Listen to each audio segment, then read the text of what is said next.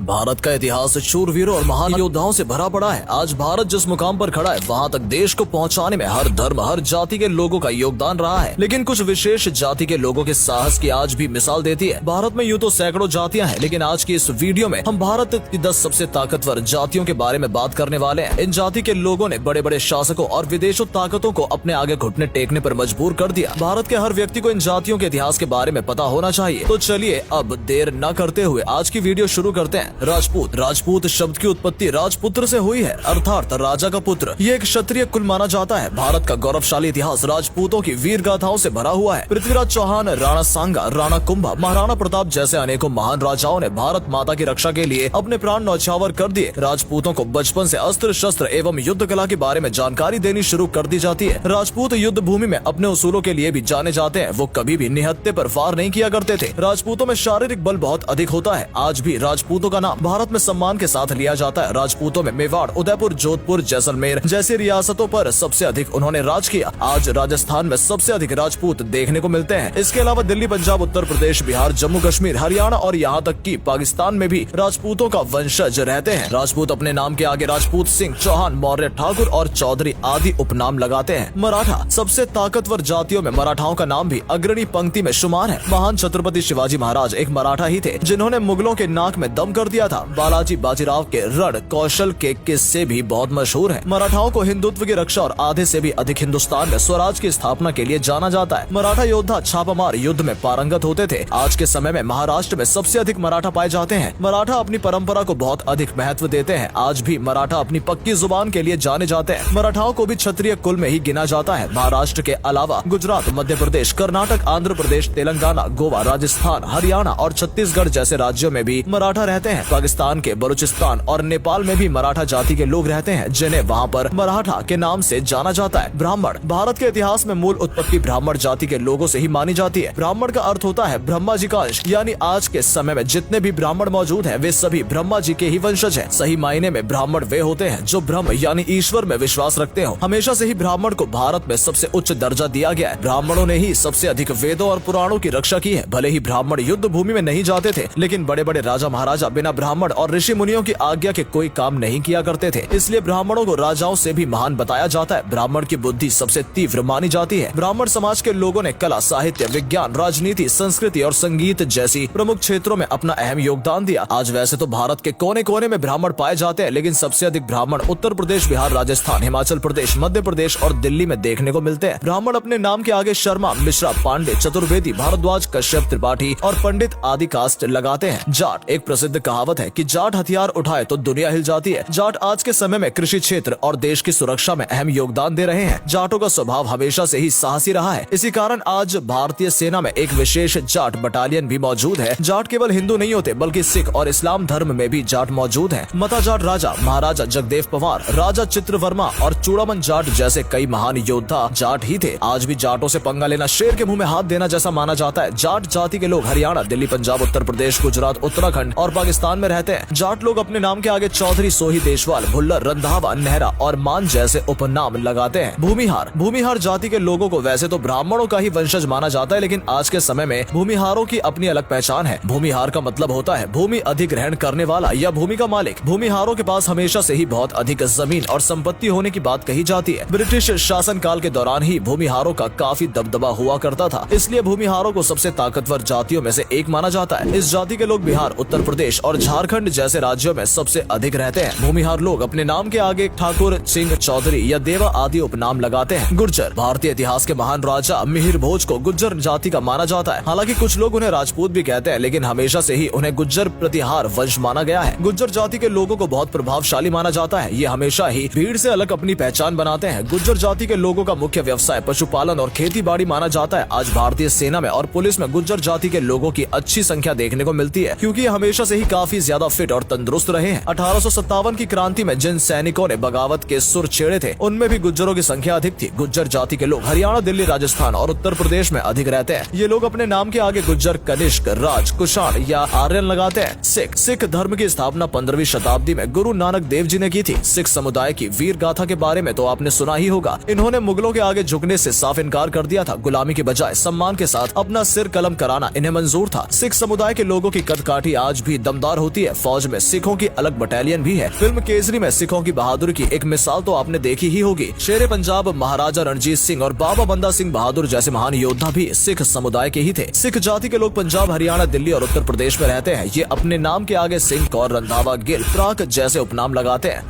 अहीर जाति के लोगों को यादवों के नाम से भी जाना जाता है और इनका इतिहास महाभारत काल जितना पुराना माना जाता है। अहीर जाति के लोग महाराजा यदु के वंशज माने जाते हैं। राजा चंद्रवंशी का नाम अहीर जाति के इतिहास में सबसे अधिक सम्मान के साथ लिया जाता है। समय समय पर यदुवंशी राजाओं ने भारत के कई हिस्सों पर राज किया। अहीर जाति के लोगों को मुख्य पेशा पशुपालन माना जाता है। इस जाति के लोगों में साहस और पराक्रम भी कूट कूट कर भरा होता है। अहीर जाति के लोगों की अधिक संख्या बिहार, उत्तर प्रदेश, हरियाणा और दिल्ली में पाई जाती है। ये अपने नाम के आगे चौधरी, राव, प्रताप या यादव लगाते हैं। मीणा शब्द की उत्पत्ति मत्स्य यानी मछली शब्द से हुई है और भगवान मीन को अपना देवता मानते हैं। प्राचीन समय में मीणा जाति के लोगों ने राजस्थान के सिरोही, उदयपुर, बांसवाड़ा, डूंगरपुर, अलवर, भरतपुर एवं चित्तौड़गढ़ पर राज किया है। इस जाति के लोगों को मत्स्य पालन और पशुपालन के लिए भी जाना जाता है। 19वीं सदी में मीणा रेजिमेंट का गठन भी किया गया है। हालांकि बाद में ये रेजिमेंट समाप्त कर दिया गया। मीणा जाति के लोगों की गिनती आज भी भारत की सबसे ताकतवर जातियों में की जाती है। सरकार ने मीणा जाति को अनुसूचित का दर्जा दिया हुआ है। इस जाति के लोग दिल्ली, हरियाणा, उत्तर प्रदेश, राजस्थान और मध्य प्रदेश में अधिक पाए जाते हैं और ये अपने नाम के आगे मीन, मान जैसे उपनाम लगाते हैं। रेड्डी जाति के लोग सबसे अधिक दक्षिण भारत के आंध्र प्रदेश, तेलंगाना, कर्नाटक, तमिलनाडु, महाराष्ट्र, ओडिशा जैसे राज्यों में निवास करते हैं। विजयनगर साम्राज्य के दौरान ये जाति अस्तित्व में आई थी। पहले रेड्डी जाति के लोगों को शासक के रूप में ही नहीं देखा जाता था, लेकिन अपने बल और पराक्रम से उन्होंने लंबे समय तक राज किया। प्रोलय वेमा रेड्डी को रेड्डी समाज का स्थापक माना जाता है। उयल्लावाड़ नरसिम्हा रेड्डी, जिन्हें भारत के प्रथम स्वतंत्रता सेनानी के तौर पर जाना जाता है, रेड्डी वंश के ही थे। रेड्डी जाति के लोग अपने नाम के आगे रेड्डी या सोमनाद्री उपनाम लगाते हैं। तो दोस्तों, ये थे भारत के इतिहास की 10 सबसे ताकतवर जातियां। दोस्तों, इस वीडियो के माध्यम से हम किसी भी प्रकार के जात पात को बढ़ावा नहीं देना चाहते। ये वीडियो हमने केवल जानकारी के लिए बनाई है, जिससे आप सभी को भारत के इतिहास के बारे में अधिक ज्ञान मिल सके। भारत के विकास में सभी जाति के लोगों का योगदान अहम रहा है। फिर भी यदि किसी के मन को ठेस पहुंची हो तो हम माफी चाहते हैं। अगर आपको आज की वीडियो अच्छी लगी हो तो इसे अधिक से अधिक लाइक और शेयर करें। आज के लिए इतना ही। आपसे फिर मिलेंगे एक नई वीडियो और ढेर सारी रोचक जानकारी के साथ। धन्यवाद।